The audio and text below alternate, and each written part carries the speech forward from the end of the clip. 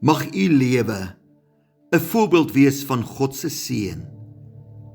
Mag hy u gee na u hart en al u voornemens vervul. Mag u kinders en kindskinders altyd die goedheid van die Here aanskou. Mag hy u regterhand wees in die dag van stryd en groot oorwinnings aan u gee.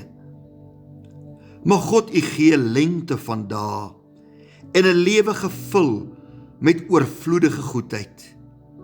Mag u skure oorloop.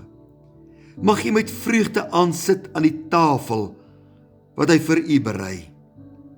Mag God se barmhartighede op elke plek van die lewe val, dat u die lieflikhede uit sy hand sal geniet.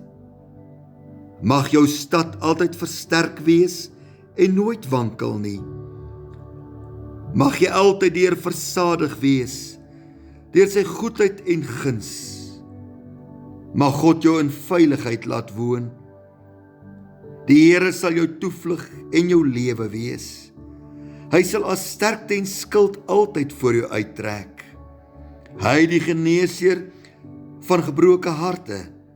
Hy die verlosser uit benoudheid en redder van sondaars.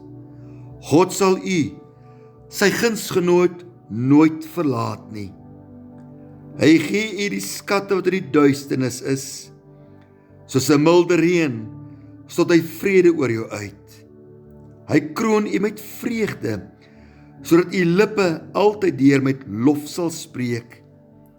Hy gee u 'n nuwe lied, sodat baie sal hoor en op God sal vertrou. Dit weet ek, die Here is aan die kant. Jou verlosser leef en sy aangesig skyn oor jou.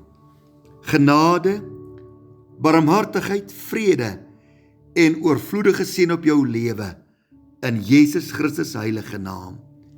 Amen.